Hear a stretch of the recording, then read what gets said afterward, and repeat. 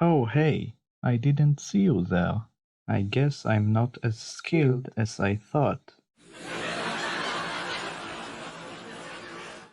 Just to quickly remind you, on the last video, we made units respawn once they died and introduced a background to the new level.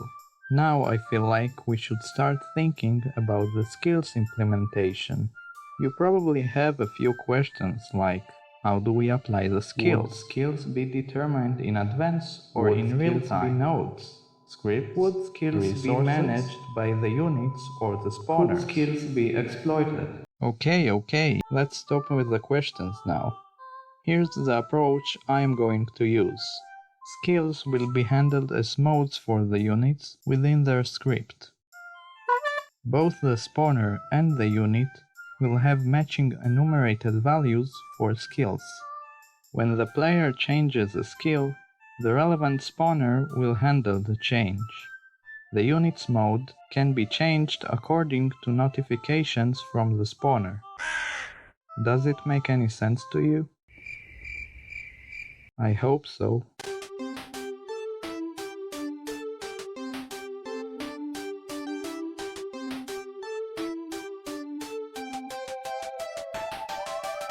The basic skill structure is implemented, and we can now apply a fake skill which makes the units big, just for testing purposes.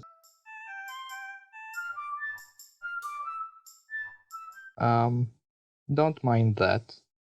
It's just a technical glitch.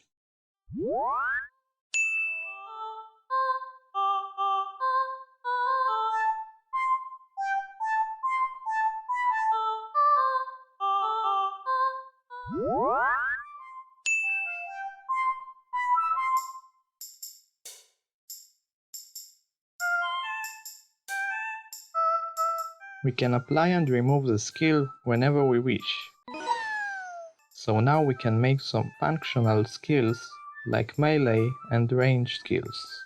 I started with melee since it's more similar to the default behavior. The idea is that the unit will apply more damage to just one enemy. But that is not nearly as interesting as the range skill, which has a completely different attack. Ranged units will be throwing projectiles which apply the damage. To keep things simple, projectiles will not aim specifically at enemies and will just fly towards their general direction. That's not quite what I meant.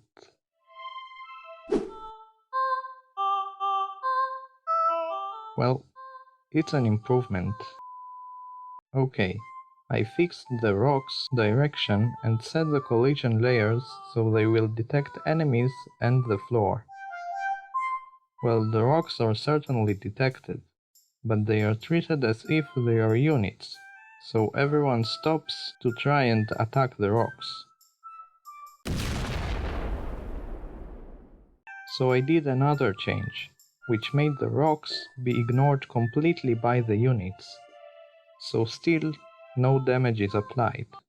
But the thing I missed was that the projectiles were looking for bodies, like the floor, and not areas like the hurt boxes of the units.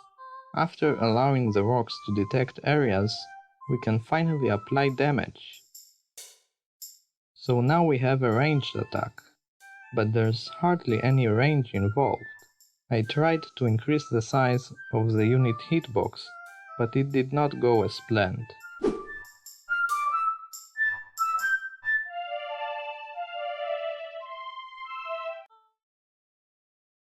A different approach is required here.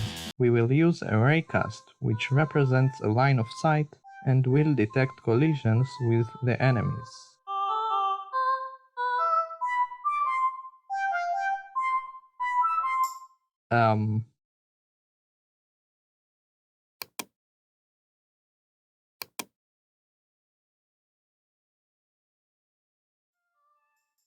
Like I said, detect collisions with the enemies.